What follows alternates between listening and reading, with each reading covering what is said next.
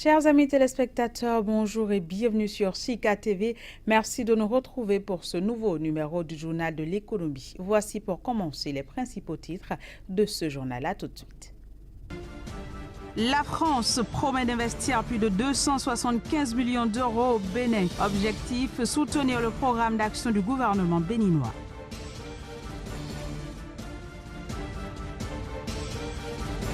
Les orpailleurs sierra-léonais ont du mal à sortir la tête de l'eau. Ils espèrent trouver de l'or pour sortir de la pauvreté.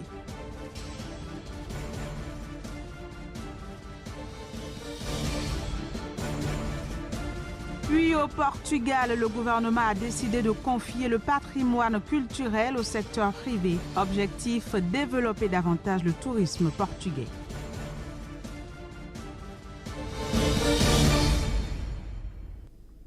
À nouveau, bienvenue à toutes et à tous. Le président français Emmanuel Macron a reçu à l'Élysée son homologue béninois Patrice Talon. La rencontre entre les deux chefs d'État a débouché sur un accord d'investissement. Le président Emmanuel Macron a indiqué que le Bénin bénéficiera d'un portefeuille d'investissement de plus de 275 millions d'euros, soit 339,4 millions de dollars, afin de soutenir le programme d'action du gouvernement. Voici les détails. La France s'est engagée à soutenir le programme d'action du gouvernement béninois à hauteur de 275 millions d'euros. En tout, 5 secteurs ont été privilégiés pour bénéficier de ces financements. Il s'agit des secteurs de la santé, du changement climatique, du tourisme, de l'éducation et de la culture. Le Bénin fait partie des 19 pays prioritaires de l'aide au développement français. Le gouvernement veut porter à 0,55% le revenu national brut en 2022, alors que le budget de l'aide au développement n'était que de 0,38% en 2016. L'Agence française de développement devrait allouer 108 millions d'euros, soit 133,3 millions d'euros pour le développement de la ville de Cotonou, la capitale économique béninoise, ainsi que 3 autres villes du pays. L'éducation et la formation devraient bénéficier d'un financement dont le montant n'a pas été indiqué par les deux chefs d'État. 175 millions d'euros seront débloqués pour la construction d'un centre hospitalier à Abomey-Calavi. 58 millions d'euros devraient également être investis pour contribuer à la construction de villes durables dans le cadre de l'adaptation au changement climatique. La cité lacustre de Ganvier devrait quant à elle bénéficier de 43 millions d'euros pour son réaménagement afin de revaloriser le potentiel touristique de la Venise de l'Afrique. Direction la Sierra Leone où des centaines d'hommes et de femmes cherchent de l'or dans les eaux du fleuve Rokel dans le centre du pays.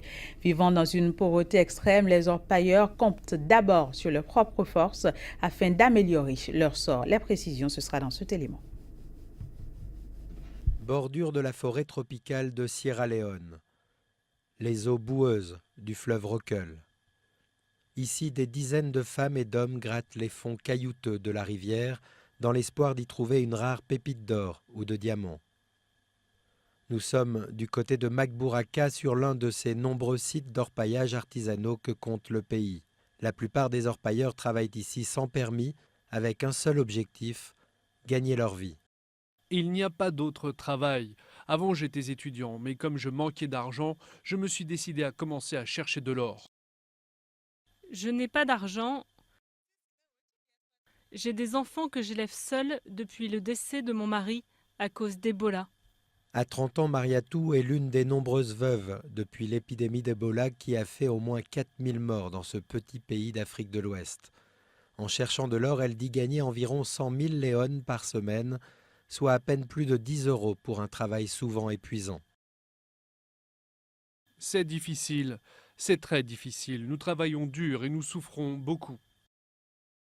À quelques kilomètres de là, à Makeni, fief de l'APC, le parti au pouvoir, Samura Kamara a tenu son dernier meeting pour l'élection présidentielle. Mais au bord du fleuve, les orpailleurs n'attendent pas grand-chose de la politique, hormis du travail. Avant, il y avait plus de 500 personnes ici. Ils viennent là car ils n'ont pas de travail. Donc, dans cette élection, ce qui m'intéresse, c'est la création d'emplois. Car si la paix est revenue après un conflit qui a duré plus de 10 ans, vivre reste un combat dans ce pays pauvre encore gangréné par la corruption. Et les orpailleurs, eux, continuent de rêver d'une autre vie. Rendons-nous à présent dans le sud du Portugal, plus précisément à Elvas, une cité qui reste en marge des circuits touristiques. Et pour changer la donne, un groupe hôtelier compte transformer un ancien tribunal militaire en hôtel de luxe. Le reportage est signé par nos confrères de l'agence France-Presse. Pour le Portugal, au niveau touristique, 2017 a été une année record. 20 millions de visiteurs, des recettes de plus de 14 milliards d'euros et plus de 53 000 emplois créés. Devant un tel afflux, il faut s'adapter. Dans la petite ville médiévale d'Óbidos, entre Lisbonne et Porto, la Posada, l'hôtel historique, se voit dans l'obligation d'augmenter ses capacités d'accueil. Le Portugal est à la mode. Il a été désigné meilleure destination touristique au monde et cela est dû au travail qui a été fait par les organismes officiels, par le peuple portugais et les groupes hôteliers. Le tourisme, qui représente 12,5% du PIB, est aujourd'hui le véritable moteur économique du Portugal. Afin de profiter encore plus de cette manne, le gouvernement, via son programme Revive, a décidé de céder à des entreprises privées du tourisme son patrimoine abandonné. Le patrimoine reste dans le giron de l'État, mais nous attribuons des concessions qui varient entre 30 et 50 ans. En échange, l'État exige des investissements, des rénovations de ces bâtiments ainsi que le paiement d'un loyer afin de récupérer des fonds pour que nous puissions réinvestir cet argent dans la restauration d'autres biens. Et justement, à Elvas, dans la région de l'Alentejo, près de la frontière espagnole, c'est un ancien couvent abandonné qui est en train d'être restauré. Le groupe Villa Galé y investit 5 millions d'euros pour le transformer en hôtel. Je pense qu'un pays qui n'entretient pas son patrimoine est un pays sans âme, sans vie. C'est donc une obligation de rénover. Et après, évidemment, c'est aussi un excellent business. Car de mon point de vue d'entrepreneur, le futur appartiendra aux hôtels qui seront différents, qui ne seront pas tous les mêmes. Les gens n'ont plus envie d'aller dans des hôtels qui se ressemblent partout dans le monde. Pour l'instant, 33 édifices ont été sélectionnés pour être rénovés dans tout le Portugal. Les professionnels du tourisme sont confiants et prévoient déjà une année 2018 encore meilleure que 2017. Cap sur la Mauritanie où la dette publique a atteint 99,1% du produit intérieur brut. Comment le pays en est-il arrivé là et comment pourrait-il faire pour sortir de ce gouffre financier? Les détails, c'est juste après cette petite transition. À tout de suite. Et bien évidemment, ces réponses, nous les aurons avec vous, Casimir Crédor. Bonjour et bienvenue sur ce plateau. Bonjour, Général. Alors, la situation macroéconomique semble peu reluisante actuellement en Mauritanie. Comment ça s'explique? C'est bien ça, Général. Il faut dire que le premier trimestre 2018 n'a pas été du tout prolifique pour ce pays-là. La Mauritanie vit une situation économique un peu difficile, 99,10% donc de son PIB aujourd'hui est emprunté au niveau donc de la dette extérieure et intérieure. Le pays vit complètement dans une situation, dans une crise financière avec les partenaires techniques et financiers qui, au regard donc de ce risque d'endettement excessif, sont en train donc d'augmenter le taux donc d'intérêt ou carrément sont en train de bouder la porte parce que le pays a dépassé, a crevé le plafond qui est de 110% au niveau de la région. Alors, quelle est la situation? Comment est-ce que donc le pays en est arrivé là? C'est pas la dette excessive, surtout au niveau du marché international. Je veux donc parler de la dette extérieure du pays. Les gouvernants entre 2013 et 2017, plus précisément, ont donc fait crever le plafond donc de la dette publique en allant fréquemment sur le marché international et l'argent récolté, le fruit donc de cette présence sur le marché international n'a pas pu tenir la promesse donc des fleurs. Le pays n'a pas su donc reprendre son souffle économique. Le pays est resté donc dans la misère, dans la précarité et la conséquence est là. Le produit intérieur brut n'a pas augmenté. pendant que le financement donc, des infrastructures a augmenté. Et aujourd'hui, la Banque mondiale a tiré la sonnette d'alarme et invite donc les dirigeants à observer donc, une mesure d'austérité pouvant leur permettre de reprendre donc, le souffle au niveau du pays. On est donc confronté à une impasse financière.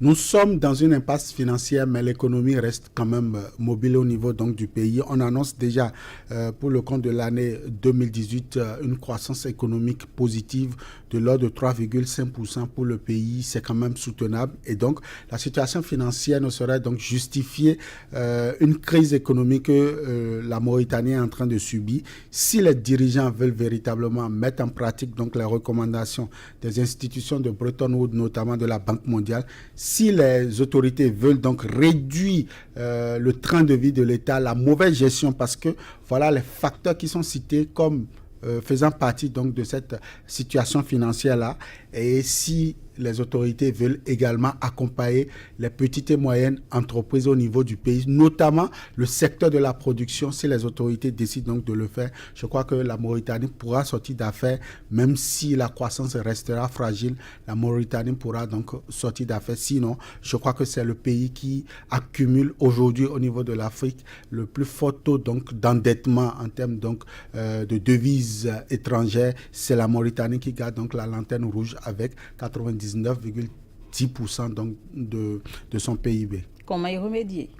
Y remédier, il serait un peu difficile parce que dans cette situation, les partenaires techniques et financiers imposent une mesure d'austérité qui forcément n'arrange pas les dirigeants, mais la Mauritanie doit pouvoir observer ces mesures-là si véritablement elle veut sortir de la situation. Déjà, on annonce un secteur privé qui pourra donc accompagner le pays. Il s'agira donc de reprendre le souffle au niveau, par exemple, de la production locale, au niveau de l'agriculture, mais aussi au niveau des secteurs économiques tels que la pêche, tels que l'élevage, tels que le tourisme et bien d'autres secteurs qui aujourd'hui donnent vitalité à l'économie mauritanienne. Je crois qu'avec cette situation, la Mauritanie n'aura plus de justif à aller sur le marché financier chercher de financement. Il reviendra donc au pays de compter sur ses recettes, de relancer son économie grâce donc à la production locale, grâce à la valeur ajoutée que le pays voudra bien ajouter donc au labeur des pauvres populations. Voilà, merci beaucoup Casimir Prédio. Je rappelle qu'aujourd'hui nous avons parlé de la Mauritanie, plus précisément de la dette publique du pays qui a atteint 99,1% du PIB, un chiffre non négligeable. Merci de nous avoir apporté toutes ces précisions. Je vous retrouve demain pour un tout nouveau numéro. Toujours avec le même plaisir. Voilà, chers amis téléspectateurs, vous l'avez compris, c'est la fin de cette édition de l'économie sur Sika TV. Merci de nous avoir accordé votre attention. Je vous retrouve demain pour un tout nouveau numéro. Au revoir et d'ici là, prenez soin de vous.